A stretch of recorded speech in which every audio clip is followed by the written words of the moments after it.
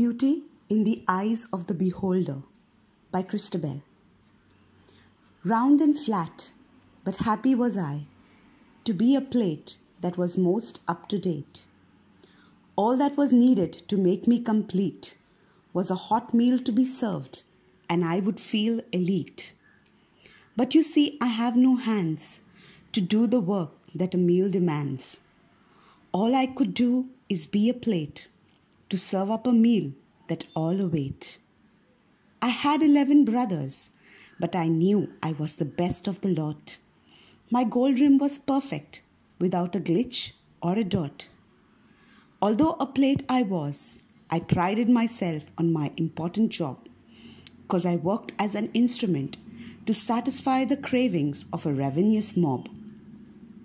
On important occasions I would be used, and that made me so proud and bemused. There I stood majestically for days on end, without anyone who could contend. But hark, I will never forget the day when the cat was at play. He leaped onto my shelf, and down we went, my brothers and me, tumbling below into the bottomless dent, all shattered, broken, crumbled, irreparable forever. We were left there, some in bits, others in pieces.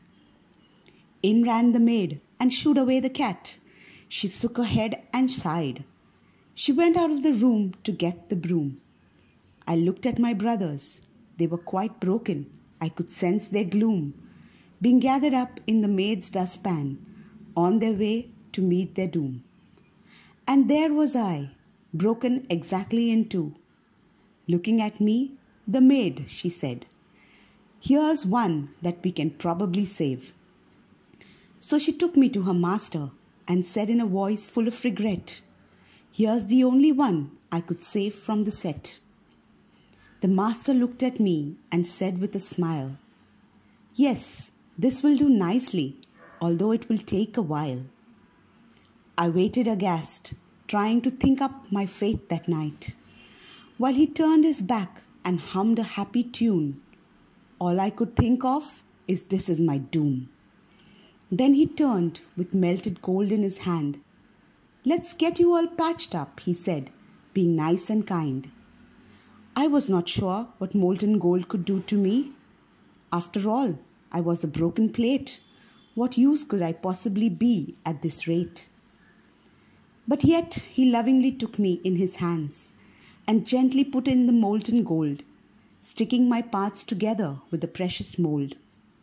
Then he left me on a shelf, steadying me with bands, and patted me gently while he beheld me. "You will be my prized treasure," said he. "You just wait and see." He came back the next day to examine my broken body. "Lo and behold," he exclaimed, "wasn't it the broken plate I did mend? Here it is, more beautiful than before. The molten gold has glorified its cracked face and made it better than the best.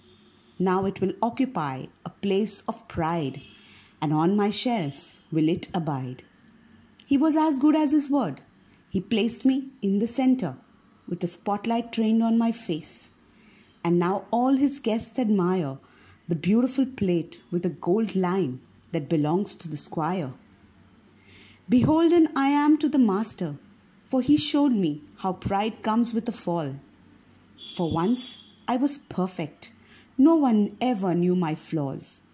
They beheld my beauty and chose to ignore my faults. But when my flaws were exposed, everyone but the master turned their nose, 'cause only the master believed the beauty that was inside me. He chose to let the world see me with my faults, 'cause they made me what I was, a beautiful being.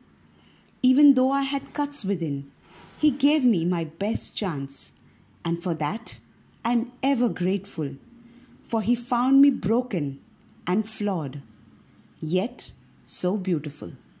Thank you.